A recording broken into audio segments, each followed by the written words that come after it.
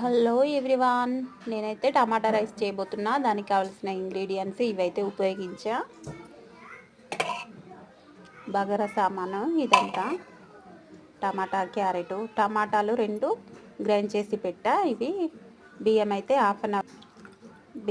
Half an hour ముందు wash చేసా. అలాగే ఆయిల్ హీట్ అయింది, దానిలో పసుపు, పుదీనా, ఆనియన్స్, బగారా సామాన్,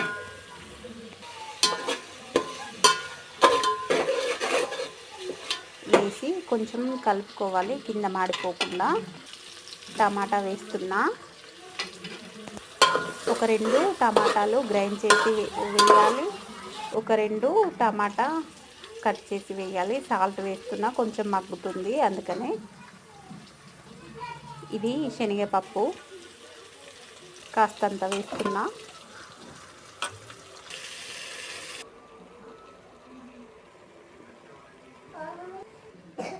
కారం 1 కప్పు వేసా. 1కి 1.5 వాటర్ వేసి బియ్యం వేసా. చూడండి, రైస్ అయితే ఈ విధంగా ఉంది.